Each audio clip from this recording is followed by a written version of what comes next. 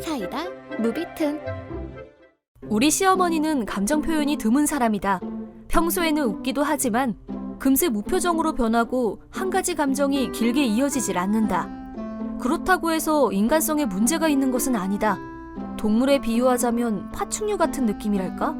맛있는 사료를 주면 좋아하지만 속마음은 전혀 알 수 없는 그런 느낌. 선물을 드려도 별다른 반응 없이 뭘 이런 걸 고맙구나 하고 받으셔서 마음에 안 드시나 했더니 뜻밖에도 잘 쓰고 계신 적도 있었다. 예전부터 쭉 그래왔던 듯 자신의 아들에게도 별달리 애정 표현을 하지 않는다. 우리 일에 간섭하지도 않고 그저 본인의 라이프 스타일을 유지하면서 지낸다. 남편은 그게 마음에 안 드는지 차로 5분 정도 거리인 시댁에 자주 찾아간다. 오늘은 내가 좀 바빠 라며 우리를 두고 나가신 적도 있었다. 자주 전화드려도 싫거나 좋은 기색도 없이 그저 그런 반응에 내가 옆에 있든 없든 신경도 안 쓴다. 어느 정도 거리감도 있고 나에 대해 트집을 잡는 일도 없기 때문에 정말 이상적인 고부관계지만 남편은 어떻게든 어머니와 더 가까워지려는 궁리만 한다.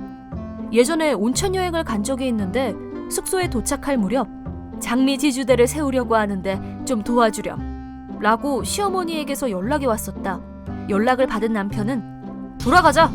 라고 했고 결국 주차장에서 돌아가느니 마느니 하면서 크게 싸웠다. 목적지가 바로 코앞인데 돌아가자는 남편이 괘씸하기도 했고 그렇게까지 필사적인가? 라는 생각도 들었다. 어디서 다쳤다거나 사고가 나서 병원에 실려가는 경우라면 이해할 수 있다. 그런데 돌아가야 하는 이유가 장미지주대를 세우는 것 때문이라니 아무리 좋게 봐도 그건 좀 아니라는 걸 남편은 왜 이해하지 못하는 걸까? 결국 그날은 남편 혼자서 돌아갔다. 남편은 일을 도와준 뒤 숙소에 왔지만 도착한 남편과 또 싸우는 바람에 모처럼 간 온천 여행을 제대로 즐길 수 없었다. 이럴 거면 여행은 왜 갔는지 무엇 하나 즐기지 못한 온천 여행이었다. 가기 전에 시어머니에게 여행을 간다고 말은 해두었는데 시어머니는 그걸 완전히 잊어버린 것 같았다. 실제로 다음날 여행지에서 사온 선물을 드렸더니 엄청 놀라셨다. 여행 가기 직전에 내가 불러서 온 거구나. 미안하다. 라고 하시길래 툴툴대며 사정을 얘기했더니 한숨을 크게 내쉬고는 왜 말을 안 했니? 꼭 어제가 아니어도 다음에 했어도 됐는데 아내를 온천에 혼자 두고 온 거야? 그런 남편이 세상에 어딨니?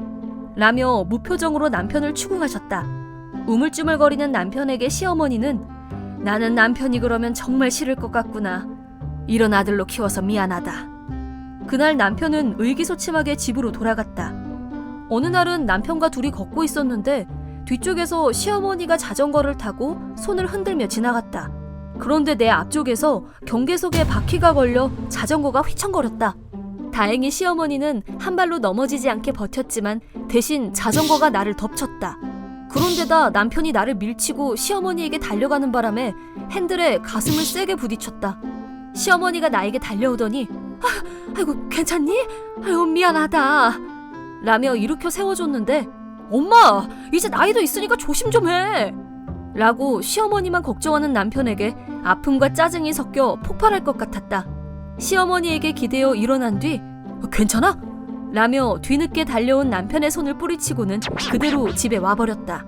시어머니는 나를 따라 집으로 따라와서는 병원에 가야 되는 거 아니냐며 깨진 손톱을 소독하고 파스도 붙여주셨다. 뒤늦게 온 남편의 간호는 일체 거부했다. 어떤 면에서는 최고의 시어머니지만 엄마만 찾는 남편 탓에 좀처럼 잘 지내기가 힘들었다.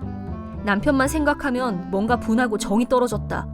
남편은 안 그래도 기복 있는 성격인데 요란스럽게 행동해 더 많은 애정을 받으려고 했다. 어쩌면 남편은 아내라는 존재를 이용해 어머니에게 더 많은 애정을 받으려고 한 것일지도 모른다. 물론 내 요구는 시어머니를 소홀히 대하라는 게 아니다. 시집살이 같은 것도 없고 좋게 보면 우리에게 무관심하니 눈치 안 봐도 돼서 무척 편하다. 하지만 남편의 행동은 선을 넘었다. 이게 원인으로 우리 사이가 파국으로 치달을지도 모른다는 사실을 왜 깨닫지 못하는지 이해가 안 됐다. 점점 나를 소중하게 여기지 않는다는 생각이 확신으로 바뀌었다. 솔직히 어떻게 대응해야 할지도 몰랐다. 내가 너무 심각하게 생각하는 건 아닌지 이게 다 쓸데없는 걱정은 아닌지 그런 생각도 들었다.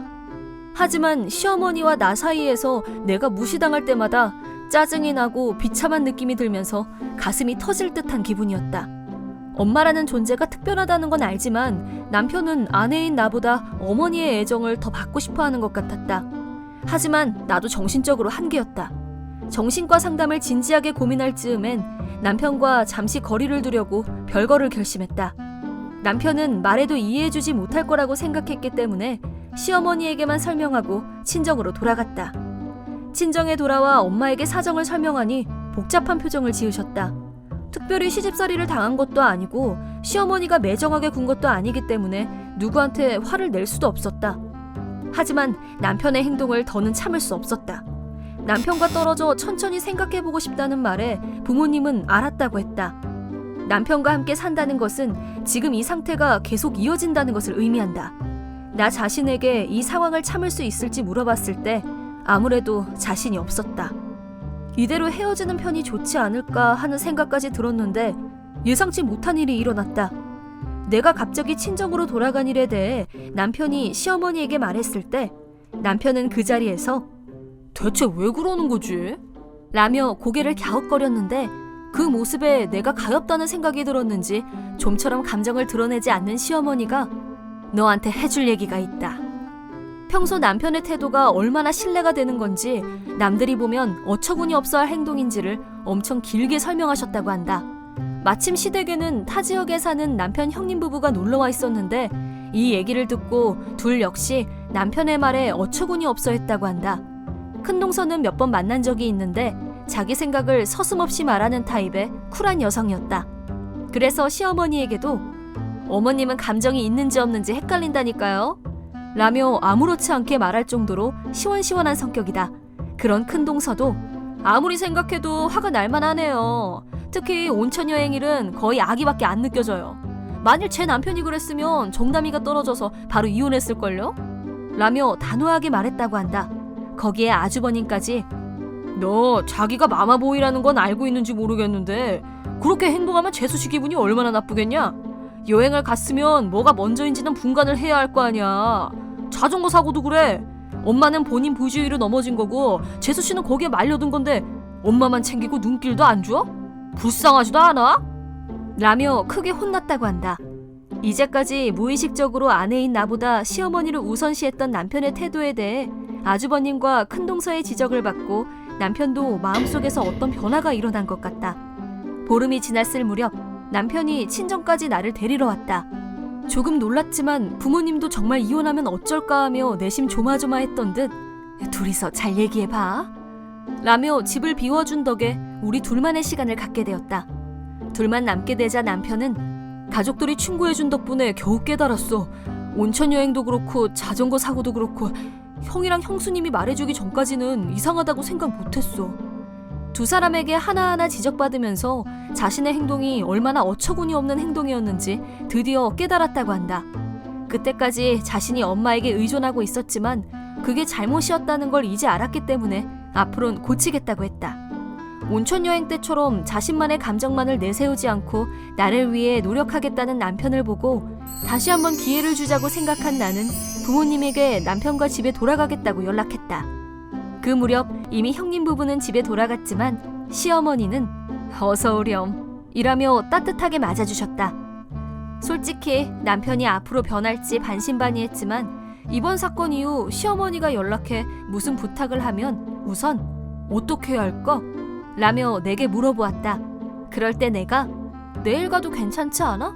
라고 답하면 응 알았어 라며 순순히 받아들였고 시어머니 일부터 먼저 해드리자 라고 말하면 같이 시댁에 가서 시어머니를 도왔다. 사소한 변화였지만 놀라울 정도로 스트레스가 없어져서 매우 만족하고 있다. 다음 달 형님 부부가 시댁에 올 예정인데 그때 감사 인사와 함께 남편이 어떻게 변했는지 보여줄 생각이다. 이번 영상은 어떠셨나요? 재밌게 보셨다면 구독, 좋아요에 댓글까지 달아주시면 감사하겠습니다. 그럼 다음 영상에서 만나요.